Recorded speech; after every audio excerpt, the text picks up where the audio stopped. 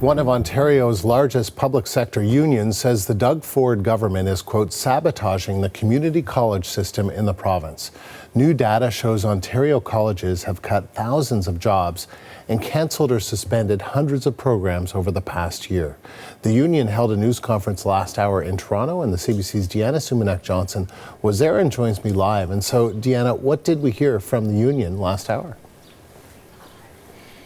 Well, Andrew, according to OPSEU, the union that represents 55,000 people employed in different capacities by Ontario colleges, we're looking at job losses that have both happened and are projected to happen this fall of about 10,000 jobs. And the way that the union sees it, this is a greater group of layoffs than, for example, the 8,000 people that lost their jobs when the Hudson's Bay company folded. And that this is something that's a bit of a quiet crisis unfolding largely below the radar of the public. Now, of course, the reason for this is the departure of international students due to the federal caps on international students. Colleges have said they've just had to make some really tough financial choices. They were in massive fiscal shortfalls, and this is why they had to lay off these people. But OPSEU, the union, lays the blame squarely at the government of Doug Ford and its underfunding of institutions. Here's what the president of OPSEU had to say. The Ford government doesn't want to fund public education. They'd sooner let our campuses close and sell off the system. It's already happening. This isn't about mismanagement. This is sabotage. They don't care about your future, your child's future, our community's futures. They lied to us about the scope of the crisis. And so why should we believe that they have the best interests of students or communities in mind?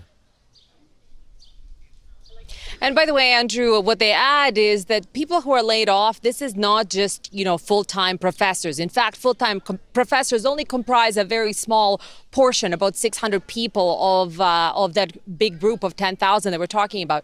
We're talking about guidance counselors. We're talking about support staff that help students with special needs, and the many, many part-time and casual college professors. So that's why they're saying it's a really diverse group of workers who are not, rich people with safe jobs. They are really people who need these jobs to feed their families in much the same way as auto workers would be or retail workers at the Bay.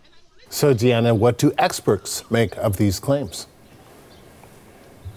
Well, as far as the part of the claim that Ontario provides very low funding to its publicly funded colleges, that claim is absolutely true. In fact, Ontario, which is home to the highest number of post-secondary students and also the highest number of colleges and universities in Canada, has the lowest funding per student for its colleges, much lower than other provinces. So that part of it is absolutely true.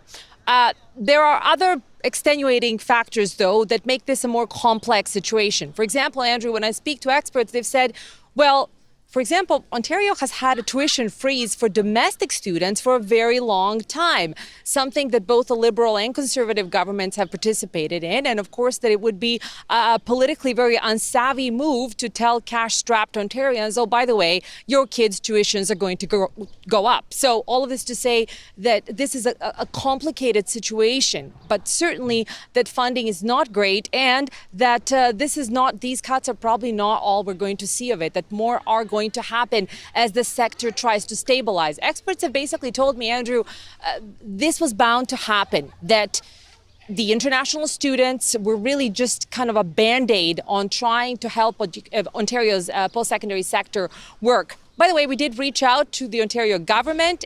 They wrote back saying that they categorically reject the claims by OPSEU, the union, and also that they injected an extra $2 billion into the college sector in addition to the regular annual funding.